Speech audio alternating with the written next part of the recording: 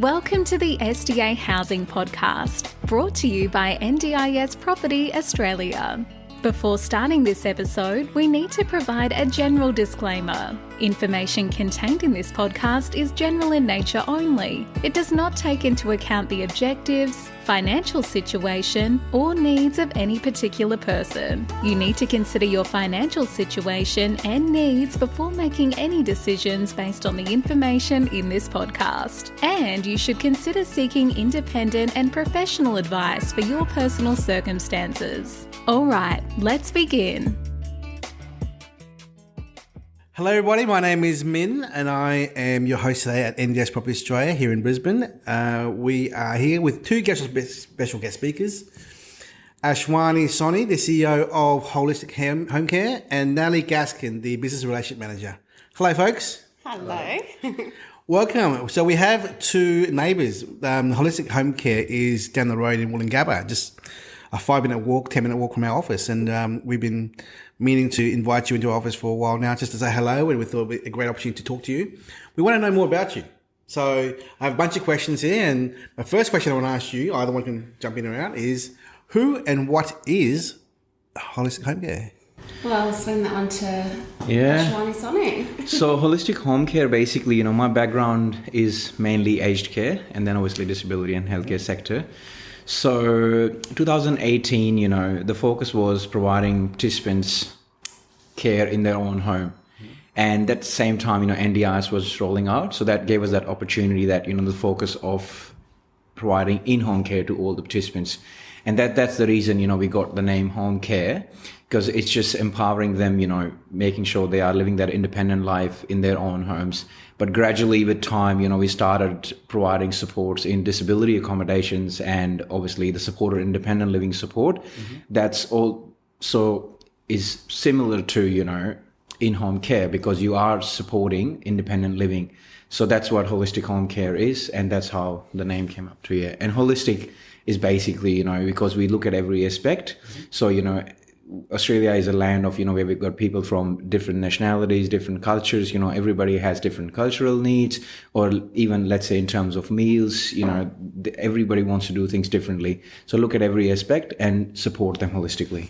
Yeah, wonderful. So Natalie, how many staff do you have in the So currently we've got about 80 plus employees, and we're supporting around 100 participants. So again, through in-home supports, flexible supports, community access, assistance with daily living tasks, transport to like medical appointments, that sort of thing. We're just, growing organically, ethically and sustainably. We don't want to grow too large too quick because we want to focus on that quality of care. So has it been hard going from 0 to 80 in the last? I wouldn't say it hasn't been really actually that hard, because as Nat said, organically, so we focused on, that quality care. So we didn't really focus on quantity. So we maintained that consistency of supports with our teams, and that has worked very well. So it hasn't been that hard for us, like word of mouth has gone around as well. Yeah. Okay, back to those numbers, 80 plus employees and around about 100 participants. That ratio there of 80 to 100, is that a good number or do you see it changing long term? Yeah, because we've got, many participants who are really small support, like maybe needing 2 hours a week or 4 hours a week, or let's say 5 hours. So obviously we've got those participants in there. But at the same time, we've got accommodations where it's, we provide 24/7 support. So that's where, it's pretty well balanced, and our focus is to maintain those teams. So I don't know about how other organizations work. One of our key strong factor, I would say, is that the consistent approach. Staff retaining, staff stay with us, and we ensure that they get regular consistent work, and that's how the relationship is built between the participants and the staff as well.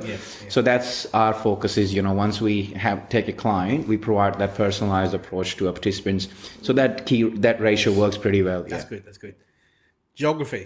Geographic areas in Brisbane or outside of Brisbane. Why do you look at me? I'm originally from South Australia, so my geography is like really bad. But I know that we go like, Ipswich, Logan, Moreton Bay region, Southeast Queensland, That's correct, right? Yeah, so we cover all the way till Moreton Bay. We've got a couple of 24/7 SIL accommodations in that area. We've got SDA Accommodation in Ipswich. We've got few SIL in Brisbane South, Logan area as well. We've got SDA houses in Logan Lee Park Ridge. We've got a house in Mount Gravatt where we provide 24/7 care.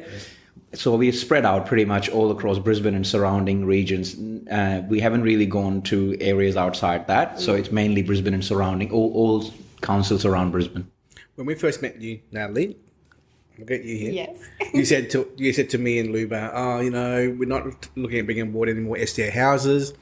Is that because you've maxed out? You've got no more demand in your business in terms of participants, or what's the? Look, there's demand out there, but at the moment we're very happy at where we're at, and we're just refining a lot of things at the moment as well. Yes. And then we'll start looking at, like, we've got a project in the pipelines at the moment which would see us expand over the next 12 to 18 months. I'll keep that one under my hat because we're still in the running for that one. So we're just happy, and we're wanting to grow slowly. So if we expand too quickly, then the quality of care that we provide will, Gotcha. Yeah. So yeah. Yeah, in addition to that, as I said, that quality and consistency. So there are 2 more SDA accommodations coming up in the next couple of months. So that's our focus is, but And they are houses? Specialist disability accommodation. So we'll provide support services. So we collaborate with SDA providers, and obviously work as a SIL provider. But saying that, we won't really take 4 houses at once, we'll take 1 or 2 at a time, make sure the participants are happy, the teams are set, they're well trained, and then we move to the next one. That's how we work, yeah. So we've thrown a lot of acronyms back and forth the last 10 minutes. I want to go back to the main question, which is, what services do you offer? What's your core business? So the core business is, providing assistance with self-care and providing supported independent living in normal accommodation, which we call SIL accommodations, and also in specialist disability accommodation. We also provide community participation. And what does that mean? So that means, taking participants out in the community to the activities of their likes, and it can be 2 days in a week, 3 days in a week. For example, if someone likes fishing, so, support workers work with them and they assist them to actually, go to that outing. So it's mainly based on their interest, what they like to do. Some people might want to go out shopping, appointments, everything. So that all comes under community participation. Good. So what range of participant disabilities do you support? What kind of examples? So we've got participants with, we've got people with mental health issues, psychosocial disability.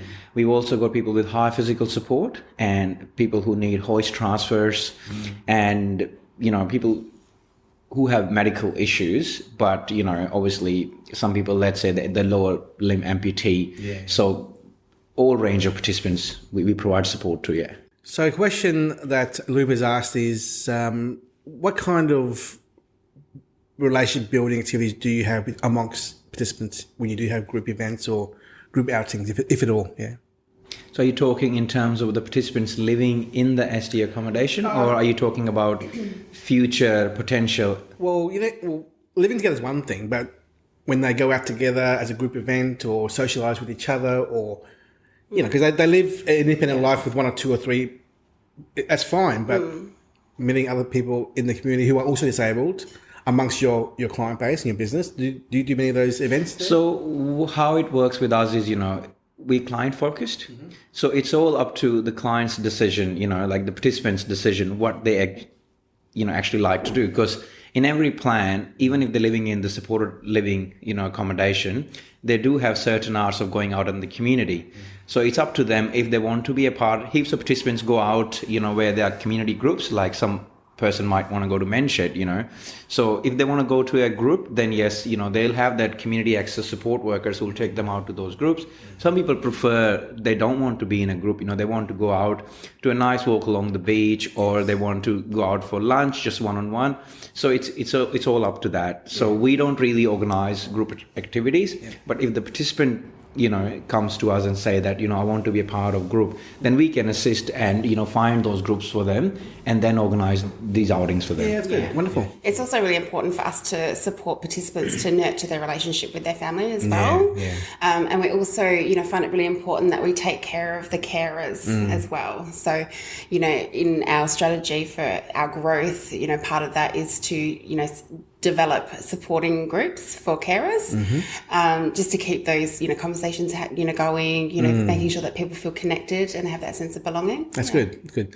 Not many other providers out there talk about looking after their carers at all, or much at all. It's an important part of it. There's a lot of burnout and and it's important to keep them in that mix of things, so they feel that they're still a part of their loved one's life. Yep. And vice versa for the participant as well. Okay. How does holistic home care differ from its peers? We're just awesome, aren't we?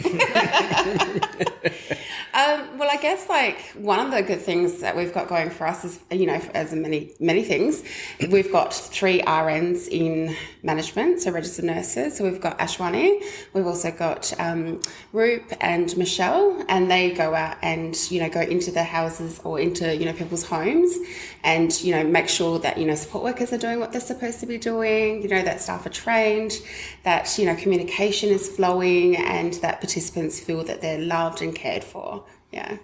It's not common to see RNs involved in care groups out there. It's not common. Yeah, and if they are, there's a cost involved, that the participants feel. We absorb that into our own overheads, yeah. So your RNs are full-time or part-timers? Full-time. Yep. That's wonderful. What do you enjoy most about what you do as a business? We just love caring about people. And I think that just comes across, everyone that we meet or support. And I think, us, working so closely together as a team and we generally care about each other as well. If we didn't have that, then the flow on effect, for everyone that, we come across would just be significant. So just, enjoying what you do, it just brings you so much joy. Ash, where do you find such lovely, passionate people? I would say I'm very lucky. Yeah. I have them too. You've got some awesome ones yourself. I did. Sorry, my apologies, ladies. Yeah. Erin, Luba, you're the best. You're better than Natalie. But no, it's very rewarding. That's how I look at it. And it's not even a big thing. It's the small things. If you see that on a weekly basis, there are nice meals cooked for them, on a daily basis in their home of their own choice. They get to go to places where they like to go. And these small things, when you see a smile on their face or you see that, they're happy, I think that's where it makes a difference for everyone, for us, because that's what it is. Yeah, that's wonderful. And not to I'm not here to kiss up to my boss, but he really is hands-on. He's constantly going out and meeting with participants and their families. He's not one of those CEOs who is just sitting up at the top. He's right down there on the ground level and keeping his finger on the pulse of what's going on. Good. And I don't think that will ever change. He'll always want to be in the mix of it. Yeah. Wonderful. What events do you have coming up as a business? So we've got Bringing People and Communities Together event. So that's on the 13th of September.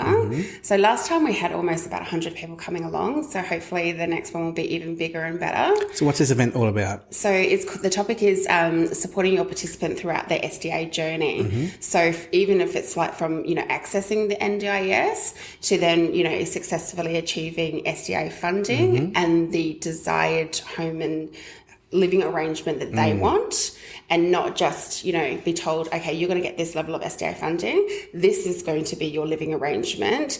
And what do you need to do to be able to fight against that? So what is the process like going through the AAT as well? So it's going to be a very juicy, very robust conversation. And it's just a really awesome opportunity for people to get together and network and build those trusted relationships. As an organisation, have you been a part of a participant's journey with the AAT in their fight for what they want? I haven't personally, no. So thankfully, I've been able to collaborate with people in other organisations who are at the forefront of those challenges and supporting participants to achieve their desired goals. Yeah, we've been a part of providing supporting documents. So we have, done those really good care plans and supporting documentation for the support coordinators. Yeah. And we work very closely with occupational therapists as well, just to make sure that everything that is in their reports and assessments, matches to the participants' needs. Because we do have a very good idea of what it takes within an environment that someone's going to go from surviving to thriving. Yes. Yeah. Do you have any participants now who are going through the application process you think will end up with SDA who are not there yet? No, we're pretty much at capacity with our vacancies. But not vacancies, not about participants on your books No. who you think will change over to the SDA funding. Yeah. Look, there are a few participants, but some of them are really comfortable living where they are living at the moment. When obviously we know that they will be eligible for SDAs, but the house is designed accordingly, so they'll be living there a long time, and we won't, obviously. So that's their choice and control. But yes, there are a few, but they wouldn't want to move. But other than that, yeah. So in the SDA space, what are your plans in this area? So our plans are basically, so just to keep it short and simple, my background is nursing and I've managed 150 bed facilities. So as a team, the other RNs have also worked in aged care as well and also managed little accommodations, like 3-4 bedroom accommodations as well. So that's where, we feel we're very confident and we enjoy managing housing accommodation, setting up a team, make sure, the meals are cooked properly, the medications are done properly, they're looked after, they're going out in the community and everyone's supported. So that's our focus, is basically, to collaborate with SDA providers and just provide that 24/7 support. So we've got 3 villas coming up in Kippa-Ring. Yeah, so we've partnered with SDA Australia Group. I think those villas will be up and running soon. Yeah. 1 bedder, 2 bedders? 1 bedroom plus OOA. So overnight assistance. And then we're in the process, like I said earlier, that we're talking with this property developer who's building apartments in Murray. So fingers crossed on that one. Very nice. Very good. What are the 22-23 next 12 months goals for you as a business?